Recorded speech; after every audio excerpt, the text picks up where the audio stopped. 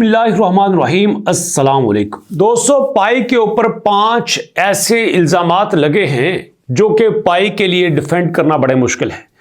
मैं तो चाहता हूं कि पहले हम उन चीजों को देखें जो पाई के दुश्मन पाई के ऊपर इल्जाम लगा रहे हैं, और उसके बाद देखते ये हैं क्या पाई उनमें सच्चा उतरता है कि नहीं उतरता। और अगर वो सारे इल्जामात सच होते हैं तो इसका मतलब ये है कि हमें पाई से 10 फीट पीछे आ जाना चाहिए, क्योंकि जो स्कैम है, जो फ्रॉड है, उस पर काम करने का फायदा नहीं है। और जो उन सारे इल्जामात को डिफेंड कर सकता है उस पर तो काम करना चाहिए। तो चलिए सबसे पहले देखते हैं कि रीजन क्या है। सबसे पहला इल्जाम यह है जनाब कि पाई ने क्या किया है।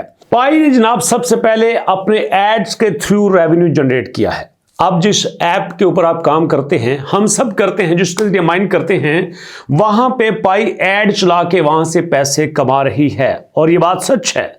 लेकिन दोस्तों, यहां पे देखना ये है कि ये कितने % सच है, और अगर पाई ऐसा कर रही है, क्या वाकई गलत कर रही है या फिर उसका ये राइट बनता है। लेकिन उससे पहले एक और भी चीज देखिए। मेरे सामने इस वक्त पाई की वेबसाइट ओपन है, और पाई की वेबसाइट के ऊपर 6.3 मिलियन मतलब 60 लाख लोग हर महीने यहां पे विजिट करते हैं। और अगर इस इल्जाम को सही मान लेते हैं कि पाई अपना ऐड चलाकर पैसे इकट्ठा कर रही है, तो क्या कितना बड़ा जुर्म है। लेकिन दोस्तों, यह भी तो देखिए, अगर पाई अपनी एप्लीकेशन से पैसा कमा रही है तो पाई की वेबसाइट भी तो उसके पास ही है, यहां पे एड्स क्यों रन नहीं करती।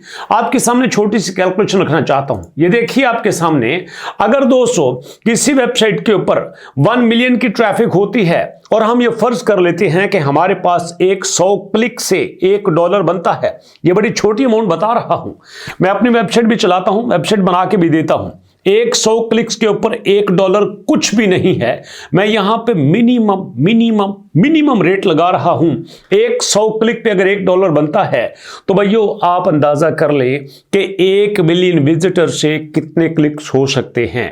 और आपकी जो पाई की वेबसाइट है, वहां पे 6 मिलियन यूजर पाई को कितना पैसा बना के दे सकते हैं। बट पाई ने वेबसाइट के ऊपर कोई ऐड रन नहीं किए, सिर्फ एप्लीकेशन से ऐड रन करके अगर वो पैसा कमा रहे हैं तो मैं नहीं समझता कि इसमें कोई बुरी बात है। लेकिन ये भी तो है ना कि अगर एप्लीकेशन पे ऐड रन हो रहे हैं तो रहते तो आप एप्लीकेशन पे ही है ना, किसी थर्ड पार्टी के ऊपर तो नहीं जाते। मेरे ख्याल में ये कोई इतना बड़ा जुर्म नहीं है जिसकी बिना पर पाई को स्कैम कहा जा सके। और उसके बाद बारी करते हैं दूसरा का, नो क्लियर रोड मैप और डेडलाइन। तो यहां पे कोई भी क्लियर रोड मैप और डेडलाइन नहीं दी गई है, ये बात सच है। लेकिन यह भी बात मानी जाती है कि अगर डेडलाइन नहीं दी गई, दोस्तों डेडलाइन दे के उसको मीट करना उससे भी बड़ा प्रॉब्लम होता है। ये टेक्निकल इश्यूज होते हैं, इसमें किसी का कोई भी दोष नहीं होता, किसी का कोई कंट्रोल नहीं होता। चाहे तो फौरन हो जाए, चाहे तो उसको कई दिन भी लग सकते हैं। तो इसलिए दोस्तों, अगर डेडलाइन को मीट नहीं किया, थोड़ा सा डिले हो रहा है, तो मैं समझता हूं कि यहां पे पाई को थोड़ा सा मार्जिन देना चाहिए, क्योंकि यहां पे बेशुमार हम प्रोजेक्ट पे काम करते हैं। आप मेरे साथ एयर ड्रॉप पे काम करते हैं, और आप वहां पे देखते हैं कि जितने भी प्रोजेक्ट पे काम करते हैं 90% अपनी डेडलाइन को मीट नहीं करते, थोड़ा बहुत लेट हो जाता है। तो इसलिए यह भी कोई बड़ा इशू नहीं है। इसके बाद नेक्स्ट पे चलते हैं, data privacy concern and potential exploitation.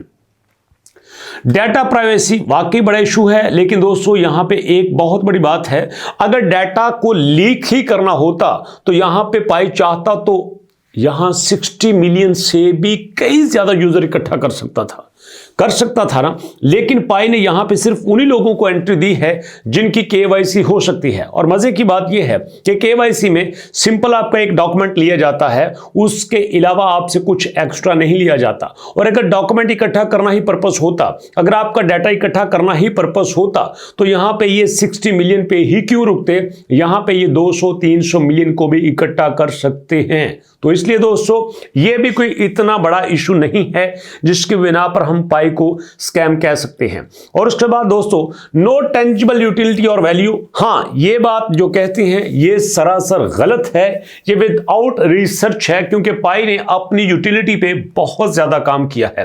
Recently अगर हम देखें 2024 में जो पाई फेस्ट हुआ है उसमें उन्होंने फोकस ही अपने लोकल कस्टमर पे किया है, लोकल सेलर पे किया है, लोकल मार्केट पे किया है। और इस बात का मैं कई बार जिक्र कर चुका हूं कि 27-28 हजार सेलर पाई के पास रजिस्टर्ड हैं और इतने ही हैं जो कि यहां पे अप्लाई कर चुके हैं, और ये टोटल 55,000 लोग यहां पे रजिस्टर्ड हो रहे हैं।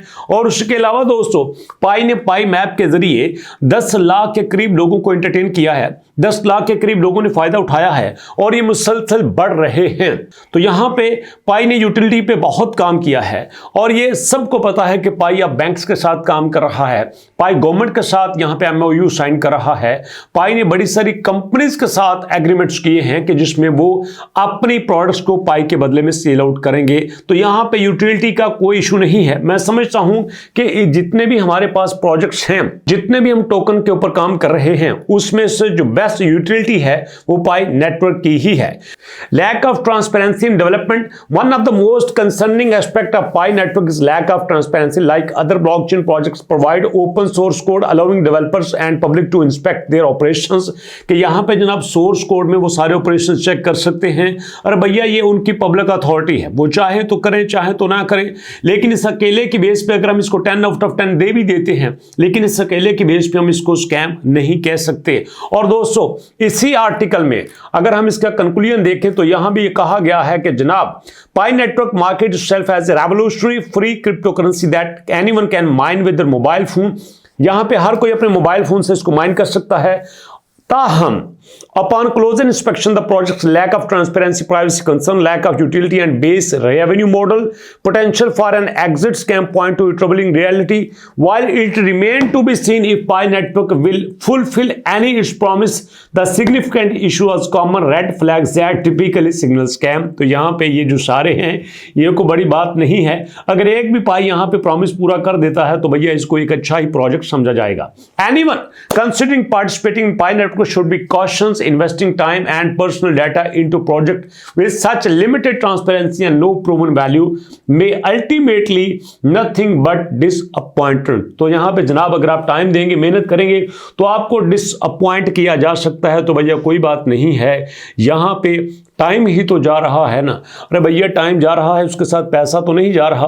अगर हम इस पे नहीं करेंगे तो किसी और पे कर लेंगे, और किसी और पे नहीं करेंगे तो किसी और पे कर लेंगे। लेकिन अगर सारे क्राइटेरिया को देखा जाए तो अल्टीमेटली एक अच्छा प्रोजेक्ट निकल के सामने आता है। तो इसलिए दोस्तों मैं अपना पर्सनल अगर ओपिनियन दूं तो मैं इससे किसी हद तक सेटिस्फाई हूं कि ये आपके साथ स्कैम नहीं कर रहा।